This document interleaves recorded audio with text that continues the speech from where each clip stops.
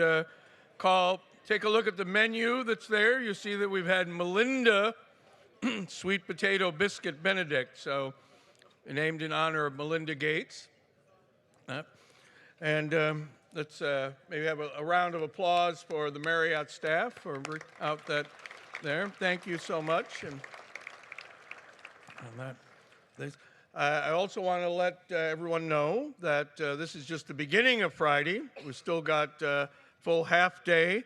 And if you're signed up for the farm tours in the afternoon, you come back for lunch and then with your comfortable shoes on, get ready to go out and visit farms. But this morning, after breakfast, everybody run down to the symposium room, and we're going to start with the challenge of change and engaging public universities to feed the world. Then women leaders driving science and innovation for agricultural transformation in Africa. And President Amina Gurib Fakim is on that panel, so don't miss that. And then a presentation involving our laureates, so you absolutely can't miss that. And Roger Voorhees from the Gates Foundation is going to start. And then Jeff Rakes, who was former CEO of Microsoft and then of the Gates Foundation, is going to be there to lead the conversation. So, you know, you're laureates, but you still better be on your game for this. Jeff's pretty tough with his questioning. And then we'll have at lunch a special presentation to the laureates, and then a respective, looking back 30 years to two things that were going on then when Norm started the World Food Prize, but then when he went to Africa and the Sasakawa Africa Association was born. So there's going to be a lot of interesting history and insights there. And Dr. Swaminathan, Al Closey, Ruth Onyango, Jean Vermond is going to be on this. So I'm really looking forward to that. Now I want to introduce to you our breakfast keynote speaker. This is always one of the prize places for presentation in our symposium. We've had the chairman and CEO of Cargill has been here to do this. The chairman and CEO from DuPont has been here. We've had the head of Agra has been here for this morning, and today we're going to hear from Liam Condon. So getting to know Liam sitting here, one of the really most interesting things about him is the interesting array of languages that he speaks.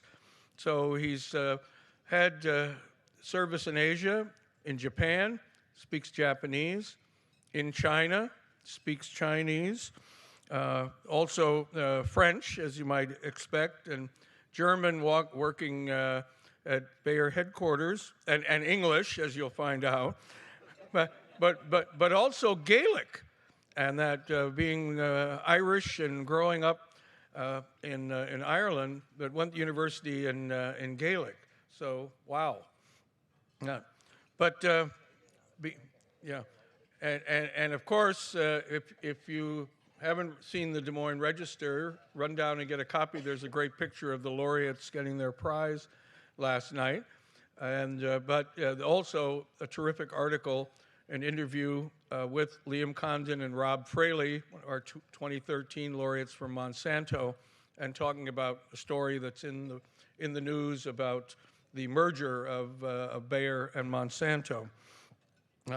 But our symposium theme is "Let Food Be Thy Medicine," and Liam Condon has now, in his position as a member of the Board of Management and the head of the crop science division, you know right away that he brings the food side to it.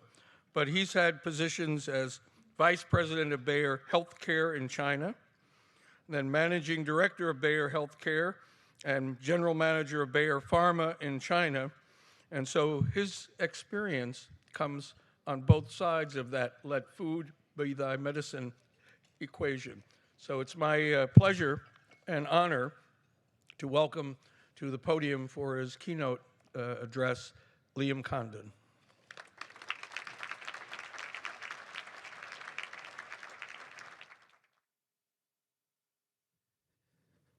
So thanks a lot, Ambassador Quinn, and thank you for arranging everything, for the very kind invitation here. And I'd like to thank you again and the whole team that organized the laureate prize giving winner last night. I think we're fortunate enough to have here our 4 laureate winners. And I think it was an absolute phenomenal evening, and I think the 4 winners here, got the recognition you deserved. So thanks again for organizing that, and thanks to our 4 winners here. I think they deserve another round of applause. So I was born and raised in Dublin, in Ireland. And at the time, Ireland was still a relatively poor economy, still heavily driven by agriculture. And I actually had to emigrate at the end of the 80s. It was my own choice to emigrate, and not because there was a lack of food or because of famine, but basically there was no jobs in Ireland. That was the actual situation, end of the 80s. And there was a big wave of emigration. A lot of young people actually left the country. And this has happened again and again throughout Irish history. And less than 200 years ago, there was an event in Ireland that really marked the history and the development of the country. And up until this day has had a tremendous impact, I'd say, on the psyche and the makeup of the Irish personality. And that was the potato blight that occurred around 1845. And Ireland at that time was heavily dependent on potatoes. It was the staple crop. And there had been some bad harvests, but in 1845, apparently this was the worst ever. And what ultimately happened then over the following years, 1 million people starved to death. 1 million people in a population of 8 million. 1 million people starved to death, and 2 million people emigrated. And if you think back now, about 200 years ago, emigrating was pretty difficult to do then. I mean, I could jump on a plane, but these people had to somehow get on a boat and go somewhere. So this had a huge impact. At the end of the day, 3 million people left Ireland. And up until this day, 2016, the population of Ireland has never recovered to the level that it was almost 200 years ago because of that famine, which was caused by potato blight, which is something that literally couldn't happen today because of the technology that many companies and universities have brought to the world. Now, I know you're all eating breakfast and gets a little bit somber if you're talking about 1 million people dying, starving to death, and 2 million people emigrating. So I do want to highlight there's always a positive side to the story. So positive side to this story was the Americans did pretty well out of this. You got the Kennedys, Ronald Reagan. I'm not sure about this one, but Barack Obama has claimed that he does have relations and roots also in Ireland. And I think you can see where this is going. You might be able, a lot of scientists in the room, you might be able to see a pattern here. But I have some communications PR folks on my team who've begged me not to mention anything about the ongoing presidential election. So I'll leave it at that, and really the take-home line is rather it's technology, innovation and technology has really helped ensure food security. Now, while we're here, I mean, we've all been talking in various sessions about the various challenges that are facing global food supply in 2050.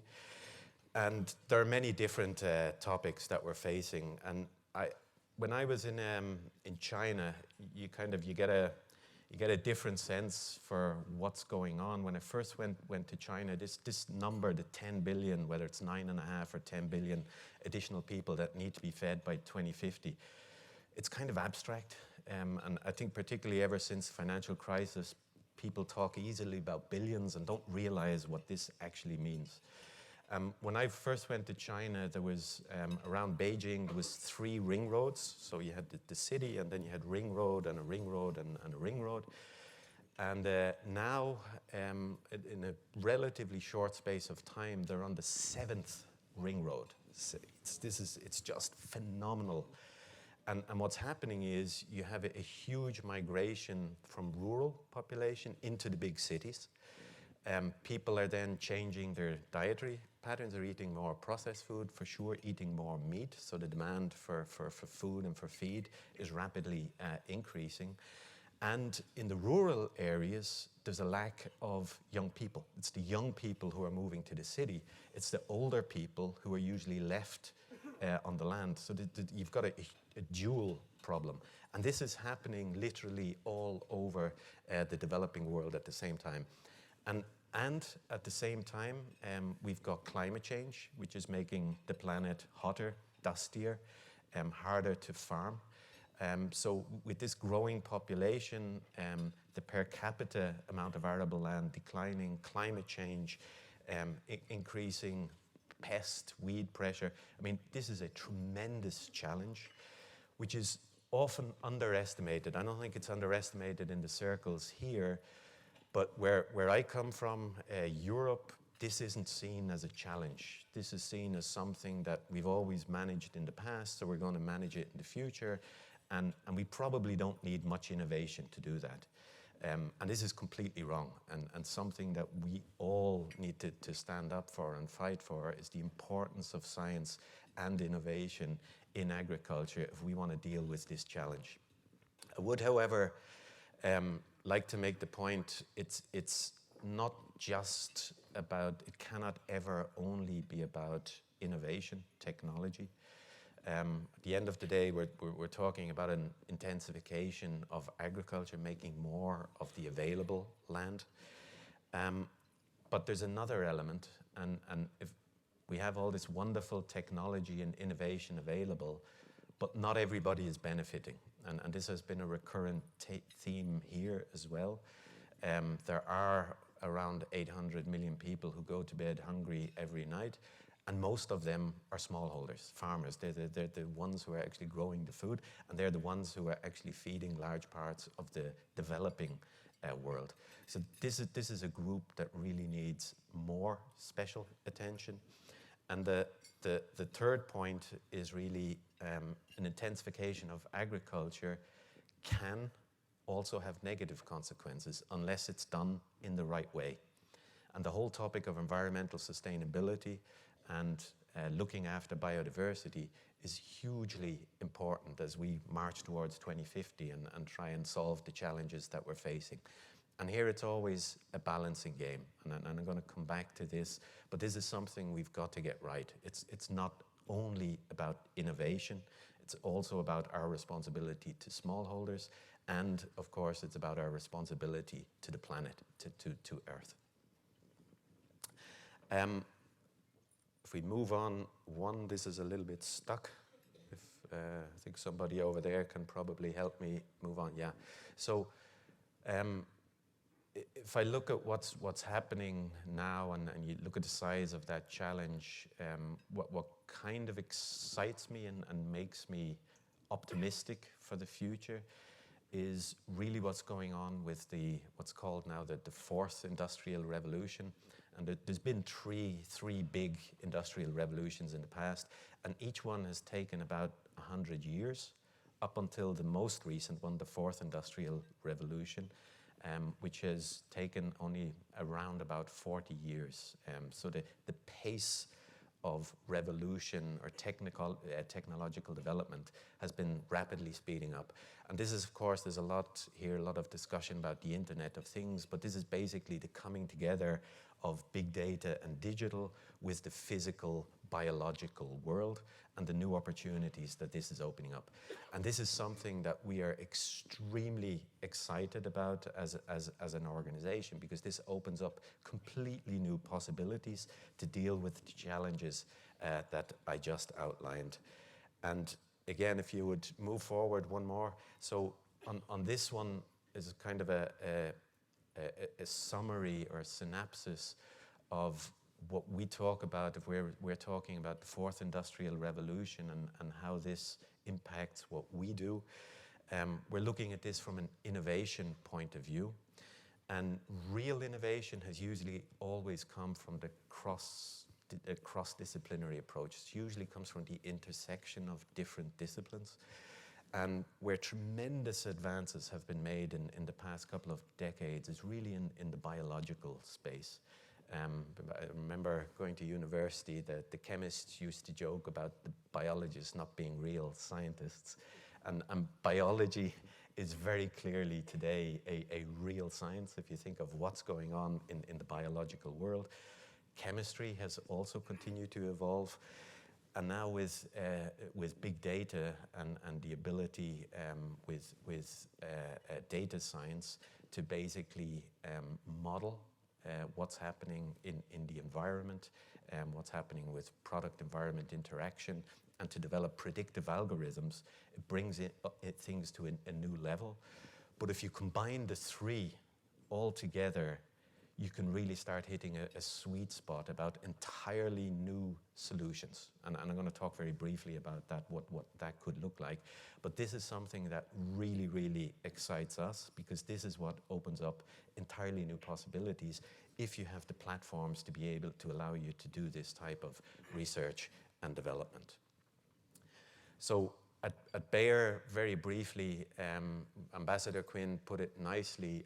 I guess we're the only food and medicine company in the world. I think I don't know of another one. So we've a crop, what we call crop science, is our agricultural arm, together with animal health, where we're also looking after farm animals. And then we've got the pharmaceutical and human health side, and I've worked on both sides of the equation. And what we have as a purpose, company purpose, we talk a lot about, is science for a better life. And this is really important for us. We're talking science, innovation, and using that for a better life, to create a better life.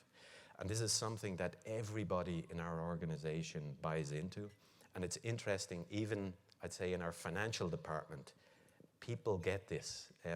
Nobody gets excited by getting up in the morning and somehow having to make numbers, be it sales or profitability or market share. That's not the main motivation of anybody in the company. What is the motivation is really to make a difference through science. And if we do that well, the numbers follow. And I think it's really important to have that sequence and not the other sequence. There are companies who chase the money first, but inevitably your success is not going to be sustainable, because you can't motivate your people over time, over longer periods. So this is really important for us, this science for a better life. And was mentioned, we've been talking a lot, or have been a lot, to St. Louis recently, where Monsanto is. And reason behind this whole thing and the whole discussion about industry consolidation, we actually have a very, very similar, I'd say almost identical vision and strategy about how we want to take innovation to the next level and help growers solve the challenges that they're facing every day in their fields. And this was really the big motivation for us, was to take, again, innovation. That's why I've been doing a lot together with Rob Fraley, Chief Technology Officer of Monsanto. I'm one of the biggest proponents of this cross-disciplinary approach to research and development, and have a much stronger focus on digitization and bringing the digital sciences to benefit agriculture.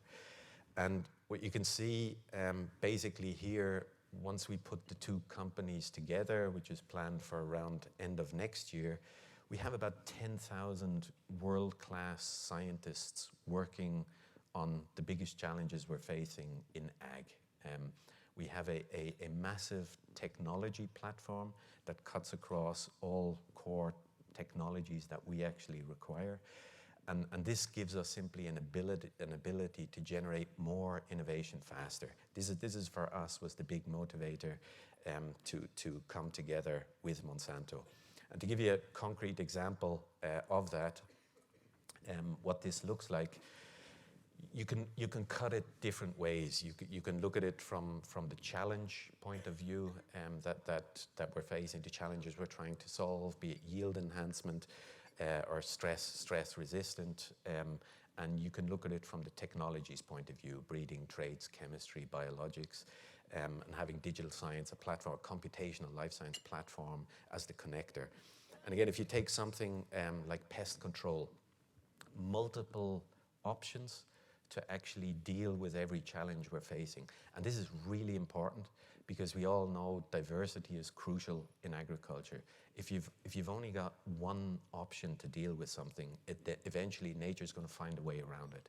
So it's really important for us to have multiple options to deal with every solution, to deal with every challenge that we're facing. And examples here again, if you look at pest management, for example, soybean cyst nematodes, we're dealing with this with different options, be they chemical, biological, but also traits, breeding new traits that look very, very promising to deal with this challenge. Weed control, and I said we want to create more innovation faster.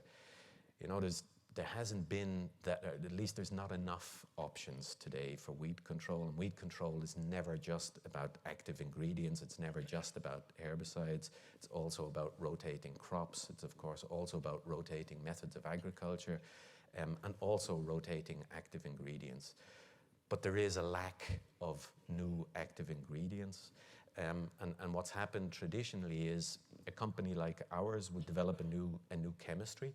And this would take 7, 8, 9, maybe today, probably 10 years, and cost a couple of €100 million or dollars along the way. And then a company like Monsanto or a Pioneer would develop an according trait, and that would take another 7 or 8 years. And then it takes at least 15, 16, 17 years before you've actually got the combined product then in the market. And in that time, nature has developed on, and the solution is no longer the perfect solution that you had in mind when you started out 16 years ago. So what we have now is, of course, the ability to do this in parallel. And this is a fantastic thing that will allow us to bring more innovation to the field faster, simply because instead of going sequentially, we can do a lot more in parallel. So just to give some concrete examples about what we're talking about here.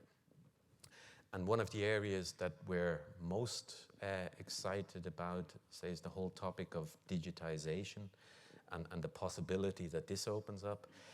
And digitization is, on the one side, we use it, of course, extensively in research and development, computational life sciences. We can do more experiments without having to do more experiments, just by looking at the data that's been generated throughout the company and tabulating that and assessing that in different ways to come to conclusions that we wouldn't have come to if we didn't have that computing ability. So the whole approach of computational life sciences and research and development simply allows us to do more with what we currently have. And where it gets really interesting is, of course, then when you bring it to the field. And here we've got multiple examples of how this can help, on the one side, increase yield, but on the other, also optimize the input footprint. And if you think about from a sustainability point of view, optimizing the input footprint is absolutely crucial. And we have some examples that we're testing, again, just maybe one example to let you know, or to try and make it a little bit more concrete. We are working with a company with using satellite technology. It's actually one of the companies we're working with is mining asteroids. And they developed satellite technology so that they could develop rockets that would go to asteroids and then dig up minerals on those asteroids and bring them back to Earth. I mean, it was pretty visionary. So, but what this company actually figured out was they don't need the satellites looking all the time into space at the asteroids. They could flip them around and look at the Earth, and they had a much higher granularity of what they could capture than what had been previously available. So we collaborate with this company now, and we're basically using this technology to detect, for example, disease in a field at an early stage, at a stage where growers can't see there's a problem. You cannot physically see the disease, but through a satellite image, you can actually detect that there is disease in a part of a field. And if that image then goes to a high-powered tractor that has the right sensor technology and spray and is maybe GPS driven, the tractor can literally go out by itself and spray just that part of the field that needs to be sprayed and come back, rather than spraying a week later and having to spray the entire field because disease has spread absolutely rapidly. And this is technology that's currently not being developed. These are approaches that are in the field as we speak, where we are refining basically the algorithms so that image, when it's captured, when it goes to the tractor, that the right treatment is applied in the field. So this is an area that we're very excited about, because it will help on the one side increase yields, but it will help optimize the input footprint, and that will be good from a sustainability point of view. So this is a really, I think, exciting development. There's many other examples that we could talk about, but I just wanted to give one just to try and make it a little bit concrete. And one last topic before we get all too excited about the innovation potential, and I know with my own folks, with our scientists, we get excited very quickly when we think about the possibilities and what could be, and what challenges we're facing and how we can solve them. But there is the element in here also of a social responsibility and a simple fact that we have to do more also for smallholders. It cannot be that this great technology and innovation that's being developed is only available for those who can afford it in more developed countries. And this is an area where we firmly believe we've got to do more. We've got a responsibility as well to do more. And as we approach this, we try and do this in as responsible a manner as possible. And here as well, we've got multiple examples, but I think key thing is we've got to be sensitive towards and know the local culture, local traditions, and whatever is being offered as a solution has to somehow fit into that local culture and tradition. And if you think of digitization, what I just mentioned, the high-tech options, a lot of that type of approach will not be directly applicable to smallholders in Africa or Asia or in Latin America. But digitization will also lead to a significant increase, or can lead to a significant increase in productivity for smallholders if it's done in the right way. And here we're working on, I'd say, projects that are tailored for smallholders, particularly in India, and some have started now in Africa. And again, it's never just about technology or innovation. It is literally about helping communities on the one side, and here there needs to be a more holistic approach. We need to help growers have access to markets. We need to make sure they have access to finance. There's a variety of things that are required before you start to ever talk and basic good agricultural training practices. There's a lot of stuff required before we start talking about innovation, but we can use innovation in parallel to improve situation. And it's not only communities, it's also always about families. And a huge topic for us is the topic of child labor. Still today, there's approximately 1 in 6 children are working somewhere, usually on a field, sometimes in a factory. And this is something where as well there needs to be a lot more attention towards. We basically developed a program in India about 10 years ago to ensure that there would be no kids, and this was particularly a problem in cotton farms, there would be no kids on any farm that was contracted to us. And to do this type of program, you do also here need to take a holistic approach, because you've got to be promoting education at the community level as well, so that the kids not just don't have to go to the field, but they've got a school to go to, so that they can get out of the kind of dilemma of having to work on the field, having no time for school, having no ability to get a further education, and then having to work as a smallholder like their parents were without ever having any additional opportunities. So hugely important here, just to emphasize, it's never only about innovation, technology. There's got to be an element of social responsibility in here, and we've got to do more for smallholders. So finally, mentioned what we stand for, and key message takeaway is, and our commitment. I mean, we're very excited about using science and innovation to enhance life. This is something that is in the DNA of our company. It's something we share with Monsanto, which makes the whole merger process actually much easier than you might think from the outside, simply because we've got very common value here. I know Monsanto is a deeply scientifically innovation-focused company that wants and is doing a lot of good things. Focus on sustainability and a focus on responsibility, and that's our commitment as well going forward. And I'd like to maybe finish with one quote and come back to the Hippocrates quote, "Let food be thy medicine." And the part that's sometimes forgotten is the second half is, and medicine be thy food. And what Hippocrates actually meant at that time was, most of the time, if you've got great food, that's the best medicine you can have. It will keep you healthy. But sometimes you'll probably need some medicine as well, and then you shouldn't hesitate to take it if you need it. But the goal is you want to be healthy. And this is what, at the end of the day, what we're all working for, that people can be healthy. And I'd finish with a quote from Thomas Carlyle. This was about 300 years ago, when he said, "For he who has health has hope, and he who has hope has everything." And I think that's the final thought I would like to leave you with. At the end of the day, this is what we're all, everybody in this room, everybody who's the whole family of the World Food Prize, we're working so that we can improve the health of people, of the planet, and ultimately give everybody a bit more hope. Thank you very much. Wow, that was terrific. That was terrific. Thank you.